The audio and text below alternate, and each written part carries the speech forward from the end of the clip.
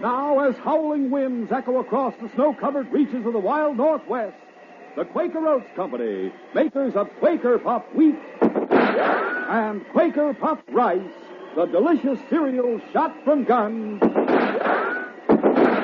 in cooperation with the Mutual Broadcasting System, present by special recording Sergeant Preston of the Yukon. It's Yukon King, swiftest and strongest lead dog of the Northwest, breaking the trail for Sergeant Preston of the Northwest Mounted Police in his relentless pursuit of lawbreakers. And King, on you, Husky! Gold discovered in the Yukon. A stampede to the Klondike in the wild race for riches. Back to the days of the gold rush. And the adventures of Sergeant Preston and his wonder dog, Yukon King, as they meet the challenge of the Yukon.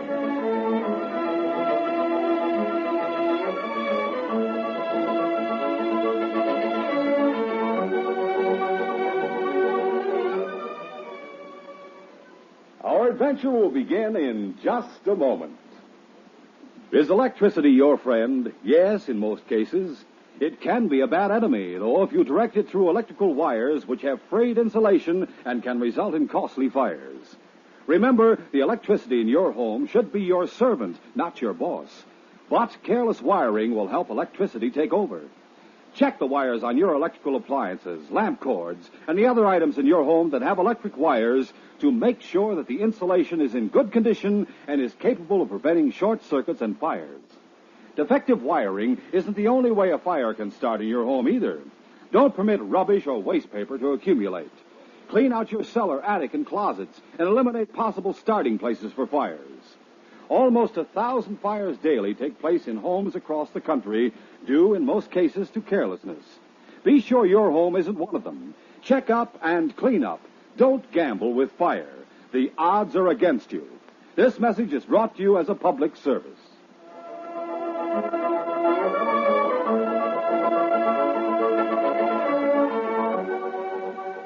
Evan and Cassie Granger sat before the fireplace of their cabin in the Yukon Territory. Evan was smoking his corncob pipe and staring silently into the flames. Cassie was darning a pair of socks. Suddenly, Evan glanced up at his wife and exclaimed, Cassie, you're crying. What's the matter?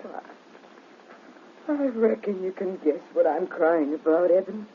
You're thinking about Jack? Today's his birthday, or would have been if he hadn't been killed in that mine explosion. Yes, I know. Oh, Evan, why did it have to happen to our only boy? Oh, now, Mother, don't take on. Crying won't bring him back to us. But he was so young. The Lord's ways are strange, but it's not for us to question them. Evan, that sounds like one of the huskies. It can't be. I have more tied out back. Unless one of them's chewed his way loose. He's scratching at the door. He wants to get in. I'd better have a look-see.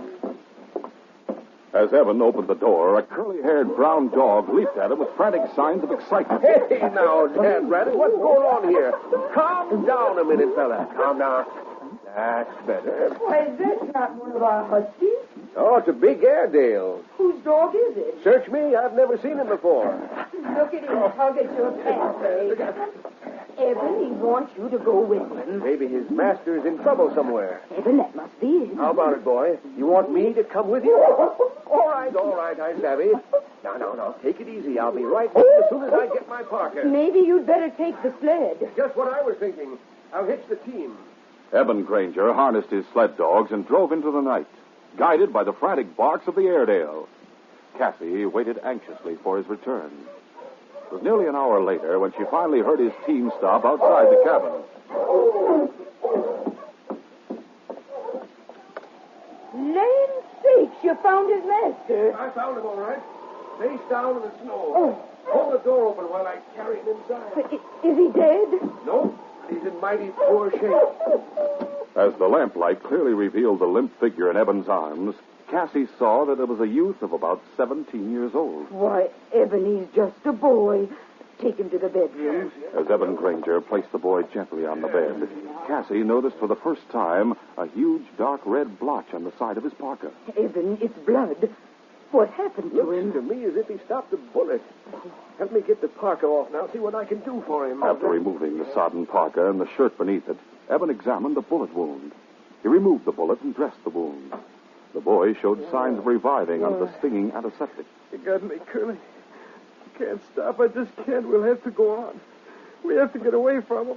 Oh. Evan, did you hear that? Must be in trouble of some kind.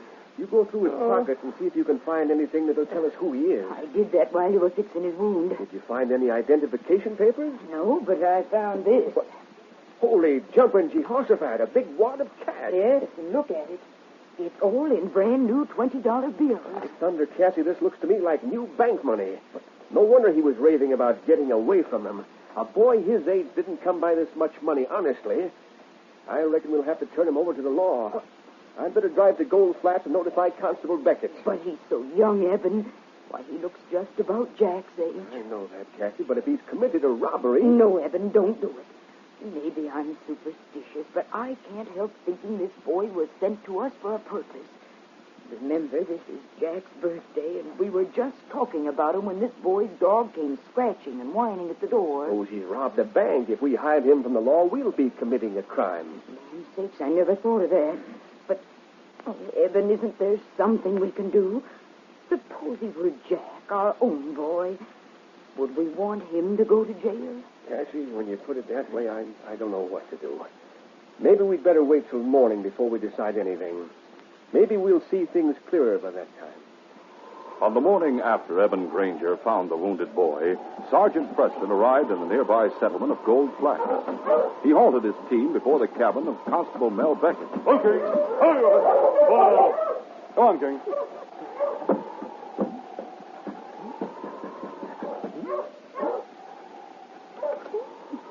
Sergeant Preston and King. Hello, Constable. Come on in. Are you passing through on patrol? No, I'm looking for 3 bank robbers. Oh? When did it happen? They held up the bank in Selkirk day before yesterday. Got away with $60,000 in currency. Quite a... Oh. Does King have their scent? He did have. They lost their trail in that snowstorm yesterday morning. However, they were heading in this general direction. You have their description? Yes, we've identified 2 of them, Durbin and Hayward. And their pictures on file at Dawson. They both have long records. What about the third one? He was just a boy, 16 or 17 years old. That's starting mighty young. Old enough to be a public menace, especially if he's modeling himself on Durbin and Hayward.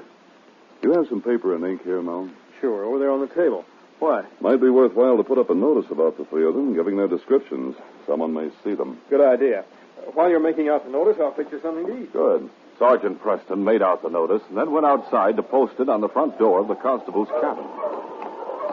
As he nailed it to the door, a dog sled approached. The driver was Evan Granger. Still unable to decide whether or not to turn in the boy whom he had rescued the previous night, Evan had come to town to find out if there were any news of a recent robbery. Well, howdy, Sergeant Preston. Oh, Evan Granger. Good to see you again. How's Cassie? She's fine, thanks.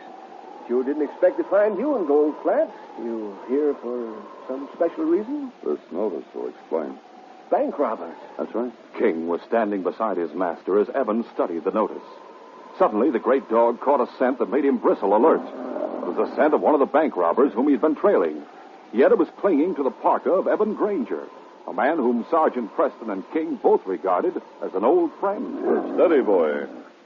What's the idea of growling at Evan? That's no way to behave to an old friend. King looked up at his master pleadingly.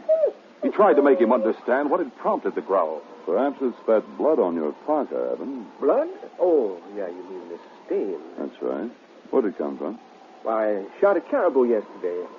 Reckon this stain must have come from the carcass when I was hauling it back to the cabin. Oh, I see. That's probably what aroused King. I reckon so. A dog often gets edgy at the scent of blood. Did you come to town for supplies? Yes, that's right. We needed a few things. About those bank robbers, Sergeant. You figure they're somewhere in this neck of the woods? They were heading this way. Well, I hope you catch them. They'll be captured sooner or later. The force will see to that. Reckon they don't stand much chance of escaping you Mounties. Yeah, well, I better be shoving on, Sergeant. So long. Goodbye, Evan. All right, you huskies, see there. Gee, around there now, come on. Now, march. March, you huskies. That same morning, in the hills outside of town, two tough-looking men halted their sled and bent down to examine a blood-stained patch of snow. What do you make of it, Luke? Yeah, it's a kid, all right. You can see the print of his body where he stumbled and fell. And there's his dog's paw prints. What about those sled tracks over there? And this other set of footprints? Looks like someone else found it before we did. If he's still alive, he may give away the location of a hideout. Yeah, and that's the only safe place we can go to hold up from the law. That dirty little double-crosser. You won't get away with it. I'll get that sneaking little rat if it's the last thing I do. How can you if someone's picked him up already? Well, it was probably some miner in the valley. Won't be hard to follow those sled tracks. It'll be mighty risky. Yeah, it'll be a whole lot riskier if he goes squawking to the law. Besides, I don't aim to let him get away with all that cash. Not after all the trouble we had getting our hands on it. Well, I reckon you're right at that. Come on, let's get going. Right. All right, march!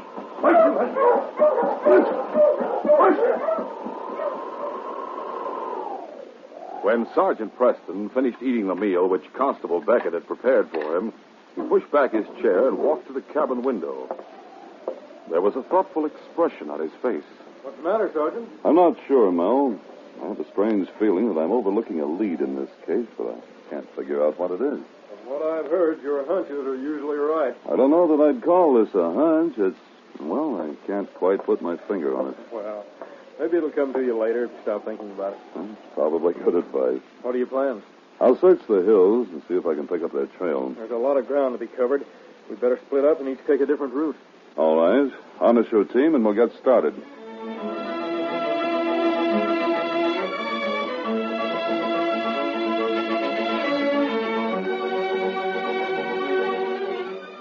We'll continue our adventure in just a moment. You're out! Say, kids, wouldn't you like to be in the ballpark and see how a star pitcher makes the ball curve right over home plate? Golly, everything about a major or minor league game is exciting. Get in on that excitement. Come out to the ball game as guest of a major or minor league team. Walk right through the gate free if you are 12 years or younger and have mom or pop with you or another paying adult relative. It's as easy to get a free baseball ticket as going to the grocery store. Get it right inside packages of Quaker Puffed wheat and Quaker Puffed rice and Muffet shredded wheat. You get 2 free tickets inside Quaker Pack-O-10. Names of teams and dates are on every ticket. Golly, why wait? When Mom buys breakfast cereal, be sure she gets the kind with a free baseball ticket inside. That's Quaker Puffed wheat or rice, Muffet shredded wheat, or Quaker Pack-O-10.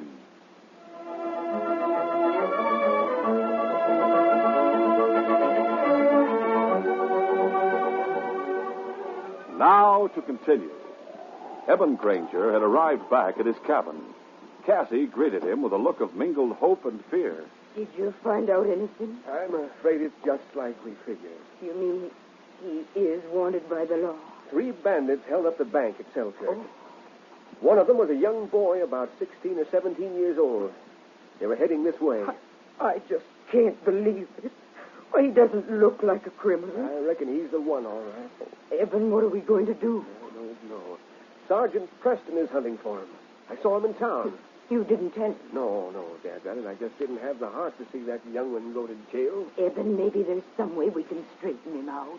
Has he shown any signs of coming to? Yes, he was moaning a little just before you came in. We'd better take another look at him. All right. He's waking up. Where am I? Take it easy, son. Everything's all right. This cabin.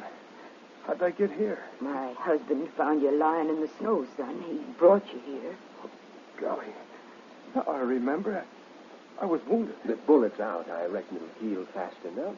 What's your name, son? Jack. Jack? That's right. Jack Abbott. Why? Well, we used to have a boy of our own by that name. Oh, I see. I suppose you're wondering how I happen to be wounded. Well, the fact is, I'm in trouble. Would you like to tell us about it? When I do, you'll be sorry you took me in. Oh, maybe not. I may as well tell you and get it over with. I helped rob a bank. I don't need to tell you that's a mighty serious crime. Gosh, you don't seem very surprised. We found money in your parka. We figured it was stolen. Maybe you'd better tell us the whole story, Jack. There were two others beside me. Two men, Luke Durbin and Jeb Hayward. They were the ones that planned the robbery. And they got you to help them, huh? Yes, sir. They said they needed someone to keep the customers covered. I was broke, and I couldn't get a job, and... Oh, what's the use of making excuses? I thought it'd be smart to go in with them. I wanted to be tough and slick and have plenty of cash to spend just like they did. Now I know different. Reckon I know what you mean. I helped them hold up the bank in Selkirk. After we made our getaway, I got scared. I knew I'd done wrong. I wanted to go back and give myself up. Did you tell them? Oh, if they could see how I felt. They have a hideout all fixed up on the Pelly River. That's where we were heading. Last night, I waited till they were asleep, and then I sneaked away. I wanted to find the nearest mounting post and surrender myself and return the cash. I told you he was no criminal, Evan. Go ahead with your story, son. I guess I must have made too much noise getting away. He woke up and came chasing after me. He started shooting. One of the bullets hit me, but it was dark, and I managed to get away from him. It's a mercy from heaven they didn't kill you. I reckon this changes everything, Cassie.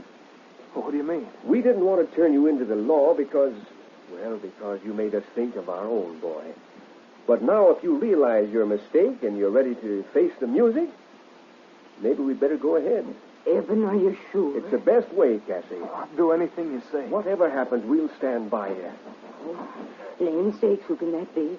Do you suppose it's Sergeant Preston? You stay here. I'll go answer it. All right.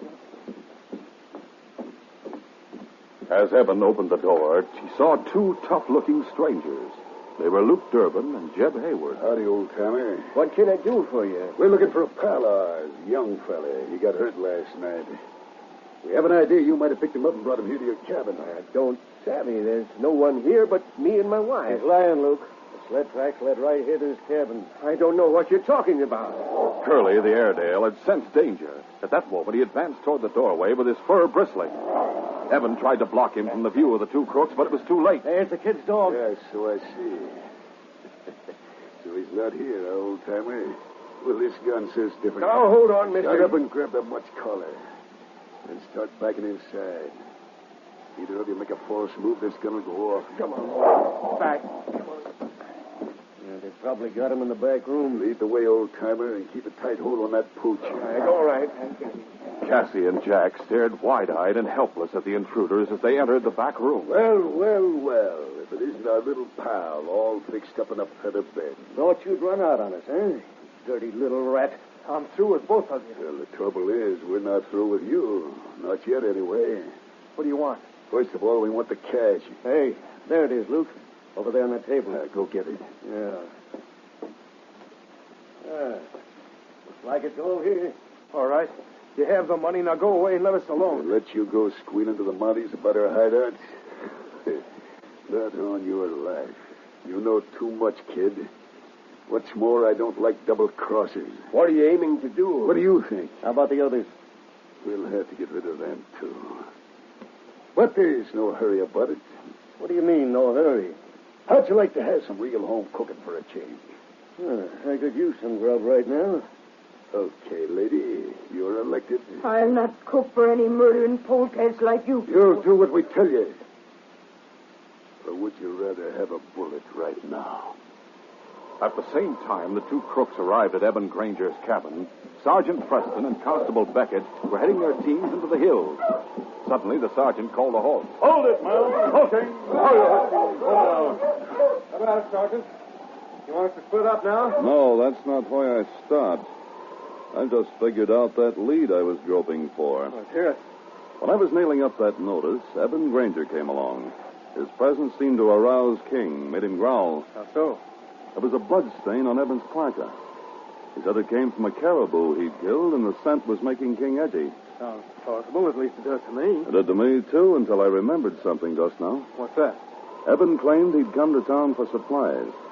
Yet as soon as he'd talked to me and read that notice, he turned his team around and headed back out of town. I don't get it, Sergeant. Surely you don't suspect Evan of being mixed up with those bank robbers. That's exactly what I suspect. What's more, I think King noticed a trace of their scent on his parka. Come on, we'll go to Evans' cabin and check. King! See you later.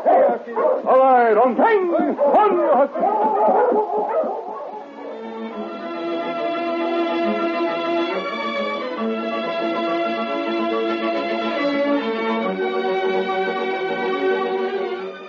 We'll continue our adventure in just a moment.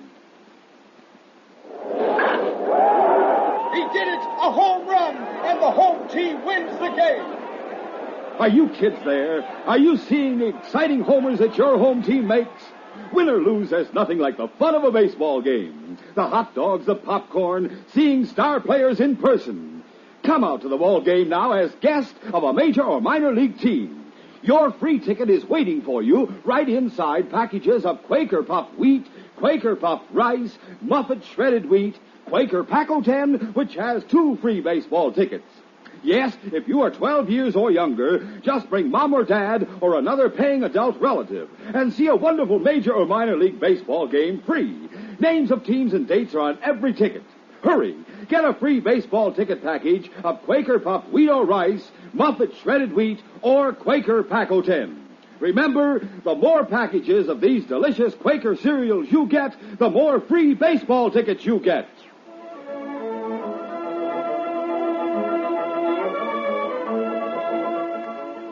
Now to continue. Meanwhile, after forcing Eben at gunpoint to tie the dog, the 2 crooks had bound Eben and the boy, then made Cassie prepare a meal for them. When they were through eating, Luke laid down his fork with a sigh of satisfaction. By thunder, that's what I call a real good feed. That was a good idea of yours, making her cook this meal. You know, maybe we ought to hold up here for the night. Nothing doing. The sooner we get to the hideout, the better off we'll be. Well, it's too bad we have to kill a good cook like you, lady. But I reckon we have no choice. You're not really going to kill her. If you have any prayers to say, you better say them. Hey, Luke. Coming. Look out the window and see who it is. All right. Luke, a couple of Mounties are heading this way. Get away from the window before they spot you. What are we going to do, Luke? Go in the back room, watch the kid and the old man. See if they don't make any noise. You, lady. Yes. When those red coats knock on the door, you go talk to them. If you're able to get rid of them, we won't kill you and your husband after all. But I'll have you covered all the time. You make one false move and I'll plug you in the Mounties too. And my partner will shoot your husband. Go on, Jeb. Yeah, I'm going. Rigid with fear, Cassie prepared to obey Luke's order as Jeb hurried into the back room. A moment later, there was a knock at the door. Go on, answer it. All right. Hello, Cassie. Why, hello, Sergeant Preston. Steady, King. We're looking for 3 bank robbers, Cassie. Maybe Evan told you about it. Have you seen any strangers around here today? Why, no, we haven't, Sergeant. All right, thanks. Sorry to trouble you. Come along, Jim. Oh, by the way, Cassie, did you know there's a rope hanging down from your roof? A rope? Yes, if you look out, you'll see it there at the corner of the cabin. As Cassie stepped forward to crane her neck, the Mountie suddenly grabbed her arm and pulled her clear through the doorway. Sorry, Cassie. Cover that window, Mel. Right. Taken by surprise, Luke turned toward the window, ready to fire. At that moment, the sergeant plunged into the room with his gun drawn. Luke whirled again. Get your money. No, you don't. As Luke fell, Jeb suddenly appeared in the doorway of the back room, his gun aimed at the sergeant. Look out, Sergeant! The constable had fired through the window. Dropping his gun, Jeb staggered and fell. Still one more. Is he in the back room, Cassie? Yes, but he's all right, Sergeant. He's tied. All right, then. Come on inside. You too, Mel. It's all over. A short time later, the Mounties had attended to the wounded outlaws and released the 2 prisoners. Cassie, though still upset, had recovered from the worst of her fright. How in the world did you know they were here, Sergeant? It's a long story, Cassie. It was a hunch that brought me here. And when you answered the door, I knew my hunch was correct. Fear was stamped all over your face. Oh, you sure saved our lives, Sergeant. Let her tell me the whole story, Evan. Yeah, I reckon I'd better. It all started last night. Sergeant Preston listened without comment as Eben told him everything that had happened prior to the capture of the 2 crooks. But although he had said nothing, the Mountie's expression was sympathetic. When Eben finished, the sergeant turned to Jack and said, So you were going to give yourself up and turn in the money, son? Oh, it's the truth, Sergeant. He realized he'd made a mistake. I'm willing to believe it, Cassie. The circumstances bear out what Evans told me. I'm not making any excuses. I'm ready to take whatever's coming to me. Glad to hear you say that, Jack. I think what's happened has shown you clearly enough that crime doesn't pay. Do you have any parents? No, sir. I came to the Yukon with my father, but he died 2 months ago. Oh, My mother's been dead for 10 years. I see. Well, son, you'll have to stand trial, but in view of everything, I believe the judge will be lenient. Sergeant, I hope and pray that you're right. If Evan and Cassie would be willing to act as your guardian... But we'll do more than that, Sergeant. We'll adopt him legally as our own boy. Oh, golly. Do you really mean that? Son, it's what we'd like more than anything else in the world. In that case, I'll ask Inspector Conrad to recommend Jack be released into your custody. By thunder, Sergeant, I don't know how we can ever thank you. If it hadn't been for you, things sure would have ended a whole lot differently. What might have happened doesn't matter, Evan. What's important is the future, when you and Jack and Cassie embark on your new life together. When that's settled and these cooks are behind bars, I'll say that this case is closed.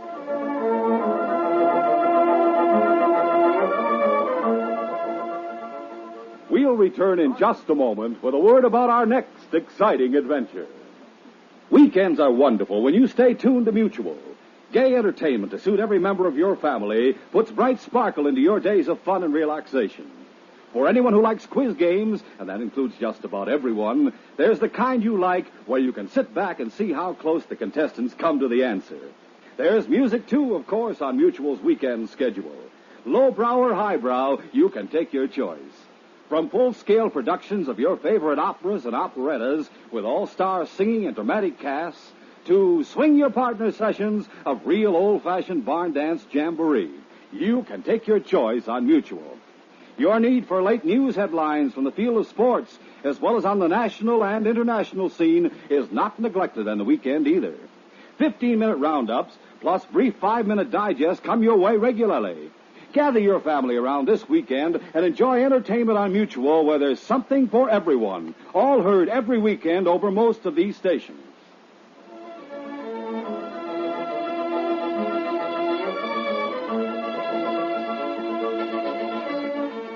A diamond of fabulous size with a fatal history has brought violence and death to the Yukon.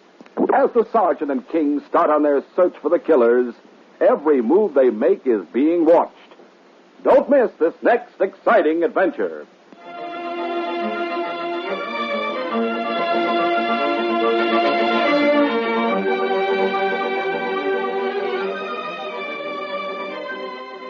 These Sergeant Preston of the Yukon Adventures are brought to you every Monday through Friday at this time by the Quaker Oats Company, makers of Quaker Puff Wheat and Quaker Puff Rice, the delicious cereals shot from guns.